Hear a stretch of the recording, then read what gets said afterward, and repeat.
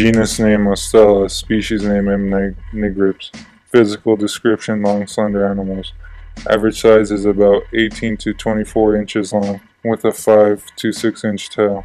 The short, sleek fur is a yellow buff color, lighter on the belly and nearly white on the forehead, muzzle, and throat. They have a black face mask, black feet, and a black tip tail.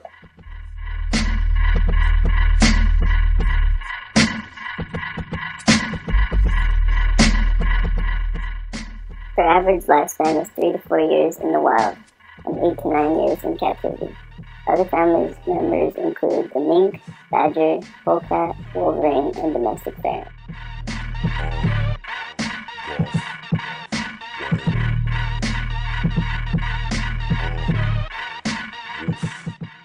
Habitat: black-footed ferrets are native to the North American shortgrass and mixed-grass prairie. They were once found in 12 states in the U.S. as well as southern Saskatchewan, Canada, and parts of northern Mexico. Originally, the prairie dog ecosystem occupied 20% of the entire western rangeland, allowing ferrets to cover a large geographic area. Today, less than 2% of their original geographic distribution remain. Wild black-footed ferrets are now found only at reintroduction sites.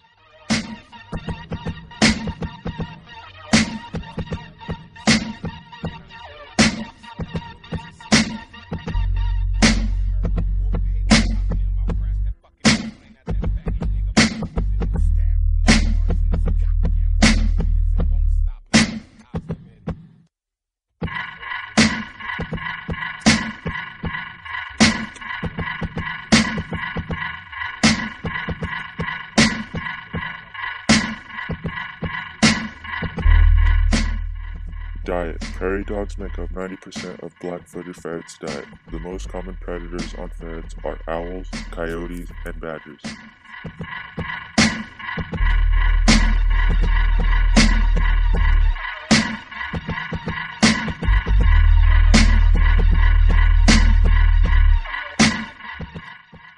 Length of endangerment: the black-footed ferret was considered endangered in 1967 in the U.S. Populations: past. The black-footed ferrets, once numbered in tens of thousands, presented. Only 18 remained in 1986. Today there is 750 black-footed ferrets in the wild and 250 in captivity.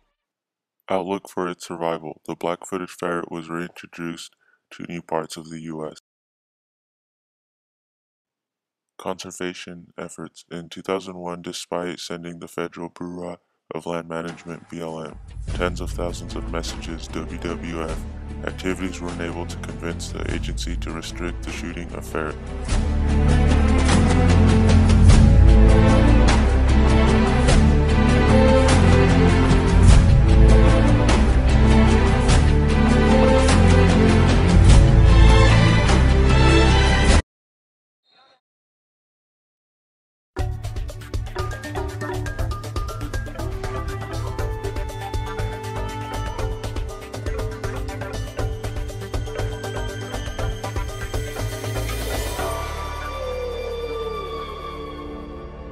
It was a night that seemed like any other, 20 years ago on the open prairies of the United States.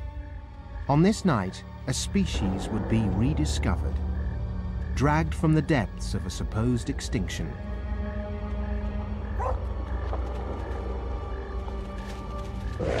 This farm dog set in motion one of the most expensive conservation projects in American history. The animal she killed was no rabbit or rat. It was a creature not seen here for many years and thought to be extinct. The dog had killed a black-footed ferret. And where there was one ferret, there were probably more. Researchers from the Department of Fish and Game found 180 or so, the last known colony of black-footed ferrets in the whole country. 100 years ago, there were millions of these ferrets all over the Midwest.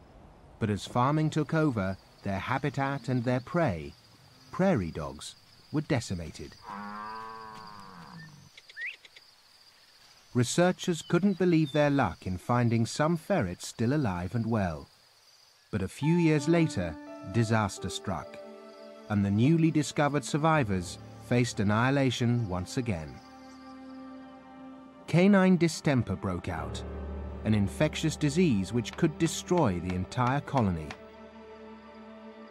With so few left, this could not be risked, and so the survivors were rounded up. If the distemper spread, the ferrets would be wiped out forever.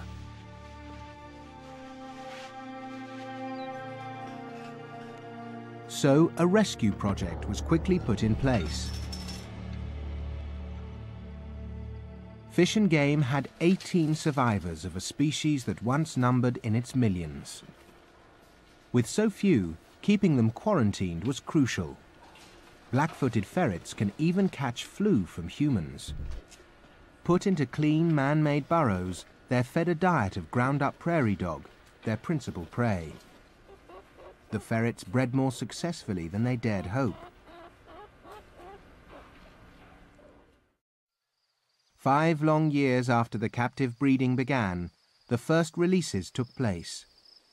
With radio collars attached, the ferrets would now be on their own. It seems everything is against them.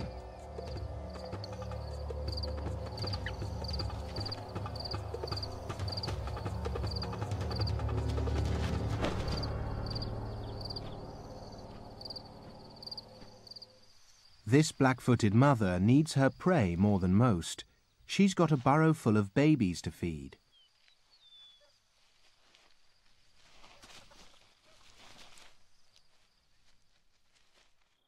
Darkness is her ally. Ferrets live in old prairie dog burrows, so she doesn't have far to go. And she knows that at night, the prairie dogs are asleep. The ferret is a master hunter, making little sound.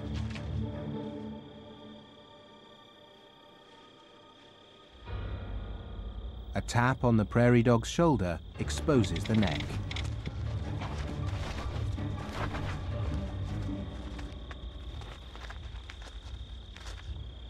A good night's hunting. And this mother must be successful. Her babies eat a full-grown prairie dog every day. To reintroduce them has been very expensive, with tens of thousands of dollars invested in every wild individual. But it's been worth it. Today, there are around 300 in the wild, with numbers rising. Human activity may have caused their slide into extinction, but at least now we're saving them from a deep, dark, and permanent oblivion.